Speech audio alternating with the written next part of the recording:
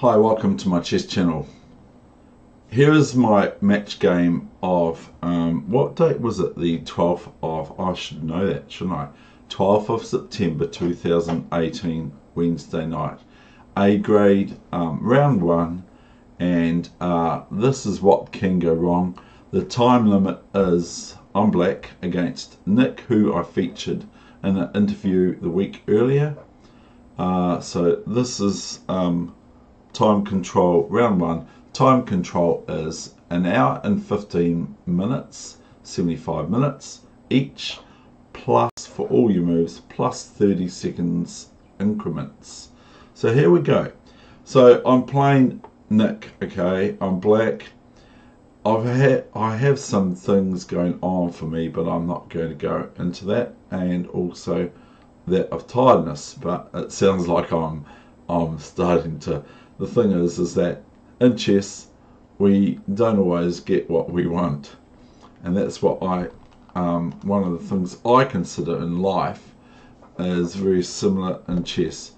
That's what chess teaches me in life, that you can't always win, you can't always even get a draw. But anyway, we'll get into that shortly. So here we got Nick's first match game move against me, which I haven't played a match game for quite some time now. I've been playing Rapid and Lightning and Blitz, of course, or even Bullet. So e6, c4, and so we all appreciate. The thing is I've been thinking retrospectively, I've been thinking, should I have just played my normal stuff? Why didn't I just play one knight f6 and just copy him, and that'll lead to a typical c4, d5, g3, f5, of course. So I am getting spoken to about that I might need to think about more in my repertoire structure, but that's okay. If it ain't broke, there's no need to fix it. d4, and here I play bishop e7, castles, all good on the western front so far. b3. Now this reminds me of our lightning games, that one time I went into a big spangle and we ended up going right down to the wire. But this reminds me, because this is like one of my pet subjects at the moment, or has been for a while now. Nick is obviously wanting to eradicate himself of this bad black squared bishop of his, which isn't too bad anyway, let's face it, it's not too bad. But realistically, if black gets to have to exchange this bishop off for white's bad bishop and be left with this bishop, it can wriggle here to here, and then it can get out. But after the bishop exchange, which is a very good idea for those playing against the stone wall to get rid of your bad bishop for white, then you can just throw pawns almost literally on c5 and b4, a3 if you need b or whatever, and this pawn can come here to f4, and that can be just a real deadlock position and be left with maybe a knight for white versus a bad bishop for black. That's very possible. So anyway, all this talk above now, I play a move that Nick reported to me after the game, that he looked on his computer or he looked on his database, and I play c5, and he said no one has won. He didn't know this at the game, of course. No one has won for black after this move is played. So c5 is a mistake. We capture both on d5, fair enough, and now he captures on c5, thereby leaving me with a typical isolated queen's pawn or d pawn on d5. So this is a target for white to gang up on, and we will soon see. Knight c6. I do not need to take this pawn on c5, although white could be cheeky enough and play this move. Or something, or even here. But if white would play here, okay, then I'm quite happy with just leaving that bishop out there in the edge of the woods, because I'd play moves like a5 to prevent b4 and even knight e4 and that sort of thing.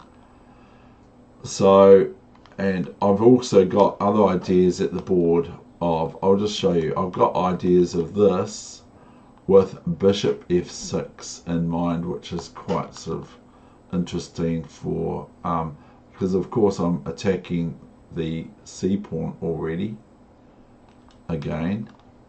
Okay, so I don't know where my knight's gone. Oh, it's gone there. It's gone off the board. Look at that. Where's it gone? It's hidden.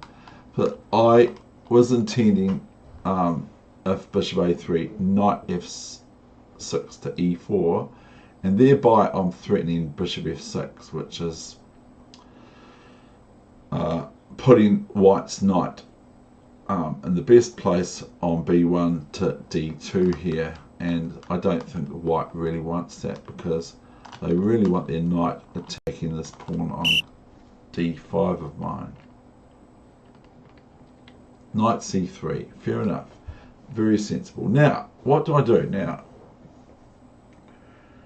I have this position, and I go, I take this pawn, okay, fair enough, and then Nick comes out with bishop g5, which is now threatening just to lock the bishop for the knight off, and thereby my d5 pawn is very, very tenable, let me say.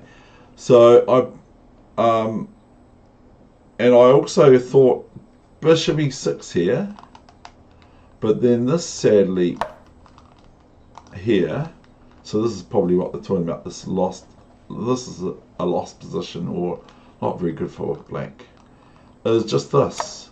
And now if I play rook f6, then I saw white would be able to play knight g5, and all of a sudden there's real trouble in my position. Now the only thing I can do here is d4, and then we have knight e6, which is obviously threatening my queen, so I have to take that, and then white would have this move, and as you would appreciate, my position's not very good. That's just some analysis that I was thinking. So here, after bishop f6, I can't just play queen f6, can I really? Because then we have just knight d5. Now I'm not going to make that a new variation, because if I make that a new variation, it's going to disrupt the actual game itself. So I'll just cancel that, and I will go back here to actual move d4. I knew that this is not a very good move. Now the night before, I had just come back from Dunedin. I left Dunedin, which is 460 kilometers away, 1,000 meters away, 460,000 meters away from Christchurch. I left Dunedin at 10 p.m. and I got to Christchurch at 3:35 a.m. on the Wednesday morning, and that time I actually went through Rakaya. When I got to Rakaya, which is shy of Christchurch by 40 minutes or so, when I got to Rakaya, I noticed it was about, I don't know, 2 a.m. or something. I noticed my eyes were shut. I was driving and my eyes were shut. So I said, right, this is no good. I have to stop. So enough. So, and when I went to bed at about 4 o'clock, I only slept till, see, excuses we make. But I'm not worried about losing this game because it's all good. This guy is a really nice guy, even though he loves winning. I mean, who doesn't? So d4, knight a4. Now, in my mind the other day, I was messaging my opponent here, and I was going, oh, can I not just play b5? And then you have to move your knight back. You can't go knight away attacking my knight on c6, because I take, I can just go bishop b7, and Nick said to me the next message, he might have been looking at the board. You can just, I can just, your bishop is on pre-David, so if you go b5 here, I just take your bishop. But I was doing this all in my head, and that's the truth. Okay, so because it's not a hard position to remember this, it's quite simple, except I forgot my bishop was on on c5. So I went bishop e7. Now, what is white going to do next? White plays queen d3, and guess what? I kid you not, I am not making this up. Anyone that was around the board will know, and including that of my score sheet. I write next to my score, on my score sheet, if my opponent does something. And here is, next to move 13, a D in brackets. A D, small d, in brackets. Now this indicates to me that my opponent offered me here with a draw. So my opponent's offering me a draw, but I know I'm going to lose this d4 pawn. I can work that out. I'm not silly, you know. And I'm thinking, well, yeah, he's a very, very good player, and I should just take the draw and everything like that. And I might even regret it now that I didn't, you know, but I'm not sure. I'm very unsure about whether I would now, from what I know, accept a draw, or whether I would show boldness and that sort of thing to my opponent, who I meet quite often in chess arenas, and who I really respect. And that's the thing, I say to myself, I really respect this guy, so I don't mind if I lose, if I give it a go. Because that's one of our New Zealand Kiwi slogans is give it a go. You never know, he might be swindled. I might swindle him, and that will be quite satisfying. Let me just tell you the truth. That would be quite satisfying, wouldn't it, if I actually beat him. Now, I've just noticed a defence is after queen d3, I play h6. And that's a bad mistake. So here I'm going to turn the engine on, because I play h6 here.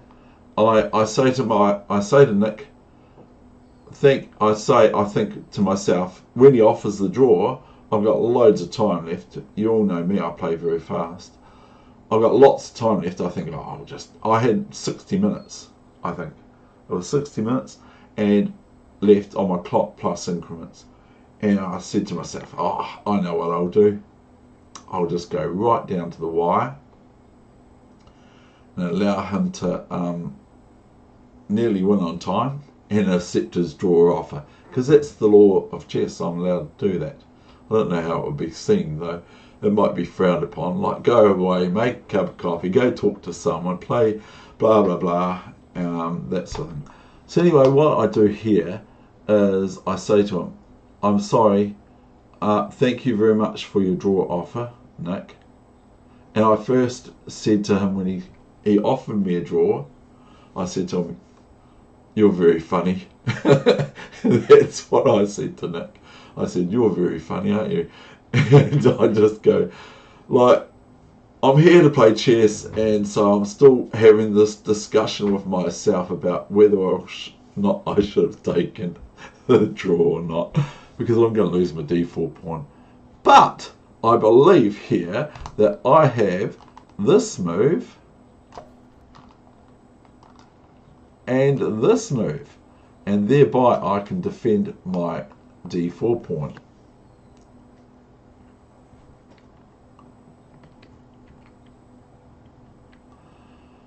So he offered me a draw, and several 8, 9, 10 minutes later I said, "Thank you very much for your draw offer, I'd like to play on." And I knew, you know, anyone can believe me, maybe, I knew I was going to lose my 1d pawn on d4. I knew that. But I didn't really think about anything more than I'm a bit annoyed with myself that I didn't think of queen d6 and rook d8 if I so wish, and to defend my pawn that way. But black could still get ganged up on, of course.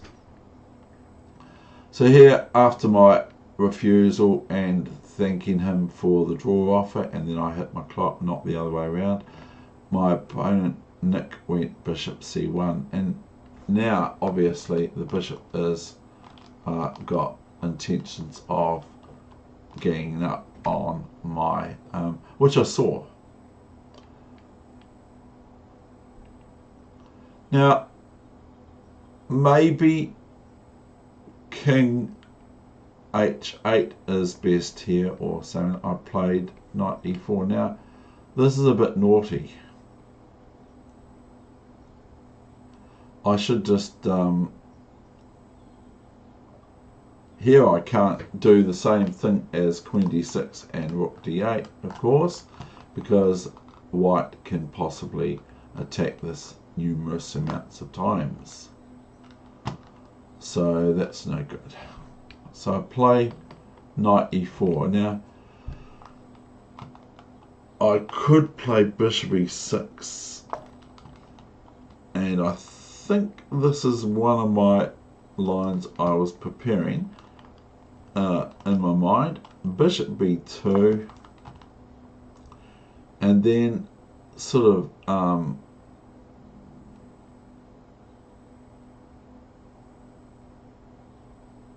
I'm not sure exactly what I can do, but maybe even just queen c7 and allow my d pawn to go. But there's all sorts of things that can happen to my queen and all that sort of thing. But anyway, h6, bishop d2.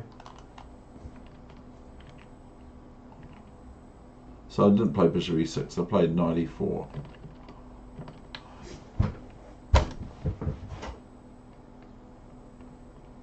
Bishop b2. Now I'm looking at the small board on the what is it? OBS studio I've got here. OBS. Now bishop f6, yes, and I've already turned the draw offer down, so I might be kicking myself about it, but I play my usual feisty chess. But apparently I'm very easy game and easy meat here. Rook fd1, and I go a6. Now Nick said that his computer found a6 is a mistake.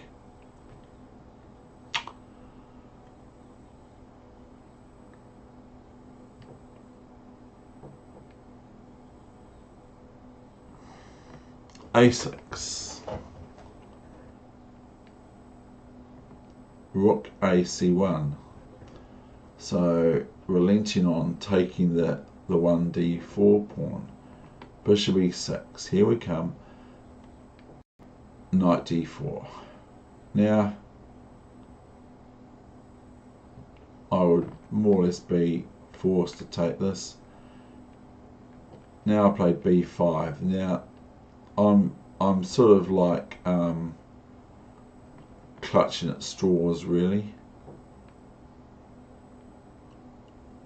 Here I thought of bishop d4, queen d4, queen d4, or knight e6, bishop d4, knight e6, bishop f2, check, and the king I think can go to f1, else, but my queen's on pre, and for the knight on e6, which is going to get my exchange as well. So I can I go queen d3? No, I can't, because it takes my knight, all that sort of stuff. So I go here, bishop f7.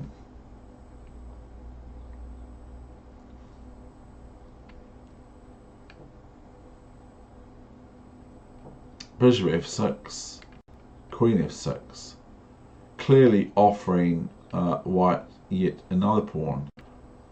Knight d7, but white takes exchange as well, which I thought I still got chances, you know, but as previously mentioned, I didn't want to have a draw, but maybe that's really silly because I'm black. Knight f8, rook f8, queen d4, h5. Now Nick, oh no, he's attacking me. Oh no, we're gonna, oh, he's done to wriggle my cage. So he plays h4, and I play rook e8. Okay. Now the position, according to Nick's computer, says that black is -4. Rook c2, f4. Now this is threatening what? Of course, it's threatening this, if I so wish, or knight f2 also. This rook's loose, so that's just a bit primitive really. Bishop e4, rook e4. I'm not taking with the queen, and now I thought I've got some chances, but really probably not. Nick plays queen d8. Now I know I played very, very quickly here indeed. I played rook e8 straight away, and here I'm thinking I shouldn't have.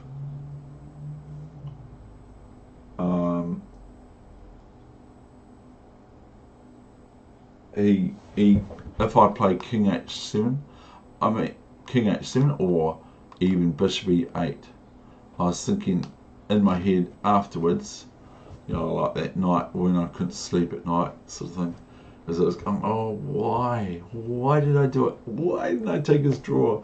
I don't know. I played a beautiful game the next day with my friend, who he's my professional friend. He doesn't actually play competition chess. He should, but he doesn't.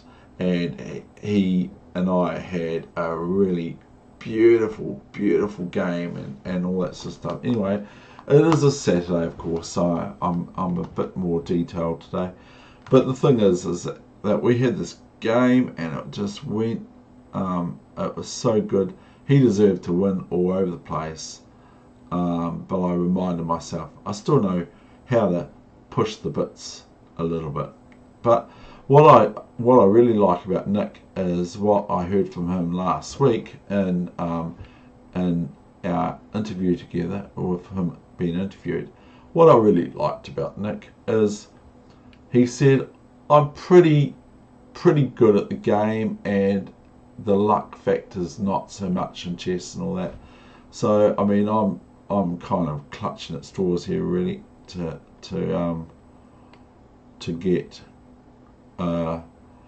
get to be able to I'm rambling. I'm clutching at straws to hope for luck here is what I'm trying to say. So I'm trying to get some luck here in this position, but it's not really resident. Rook e8. So as previously mentioned, probably leaving my rook on e4 is a wee bit better, and king h7, and then I believe that Nick would probably play queen g5. It might be a bit disruptive to white's pawns, but I was thinking maybe that would be the move. I think if king h7, we'll just do the variation, and say he goes queen g5. I don't think it's very good actually, because this is no good. Oh, this isn't bad. I don't know. I'm rambling. I'm not even very good at chess, am I? Because I thought I could, if he takes the queen first, I take the pawn with check, but it is check on g6. So anyway, rook e8, and I'm threatening the rook, of course. Sadly, I haven't got bishop here. And then I'm starting to get quite excited. I don't know why, but my bishop's on f7. Ah, poor thing. I wish I could move my bishop a bit abnormally. Queen g4. So the straw is about to break here. Queen f3. Queen g6 again. Maybe just queen f5 here. Although, cancel. Maybe queen f5 there is a wee bit better, but I can't take this pawn then, can I? Because I lose my queen. So I go queen g6. Now I'm going, oh, I'm attacking the rook on c2 again. Hopefully, luckily, it'll be lucky if I don't see it. But I'm playing a category A player at least. Rook c6. Oh no, go away. You're a bit painful. When I get these positions with you, Nick, I don't try to beat you. I just give you a draw, and that's the whole irony of it. We've had these positions before, Nick and I, where I've been an exchange up, and I've given him a draw, but you know it doesn't go both ways, does it? Queen f5, and now he just lifts my f pawn, and he's sort of like saying to me, "Come on, Dave. Resign." And this is about the time that someone saw this game and commented to my opponent, but I won't go into detail. So, but it's pretty easy here. It's more or less lost. You know, it's totally lost. Queen f4, g f4. Now I make another blunder. What do? I was going in my mind. I don't know why. I was going rook e2. And on the way there, guess what? I stopped. I went rook e4. And I was sitting there going, oh no, I was meant to take the e pawn. I've got absolutely no chance now. Because then I was analysing all this stuff. And so what I'd done is I'd analysed rook e2, rook a6, rook e4. And then all of a sudden this pawn is going to be lost on f4, and I might have some chances of playing b4 as well, and that's the thing. So here, rook e2 and rook a6, rook e4 and f5, and that's met by that. And I'm not saying it's any good for black. It's no good at all, probably, at all, but it's better than what I played. So my opponent realised I was going to go rook e2, I think, but it didn't. I went, oh, I've done that wrong, sorry. So I'll just get the game score. I went rook e4. I must have just done so much. New variation. e3. And I will just give you the last moves. Rook swap. No, he wants a rook swap. Rook e7. Rook b6, it says. I've done something wrong with the score. Bishop at e8. Rook d5.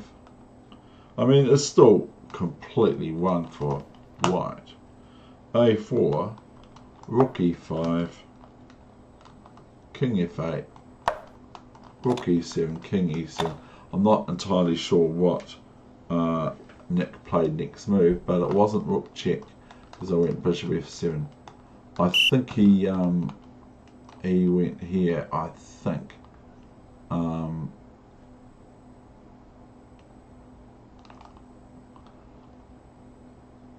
I think he went here. So anyway, that is this game today for you. I hope it hasn't been too long. It's about the difference between, I've been told my concentration level is very good short term. That's why I'm good at blitz. But when it comes to match games and all that sort of thing, it's a wee bit different. But I mean, I can still play a good match game. I hope you enjoyed that, and that's David Wegener from the deep south of New Zealand, over and out for this day. And this game was put on here after a request from one of my best friends. Thank you very much for watching this YouTube chess channel today. All the best with your chess, no matter what level you're at. Okay, thank you. Bye for now. On the Muppet Show, David Wegener, over and out.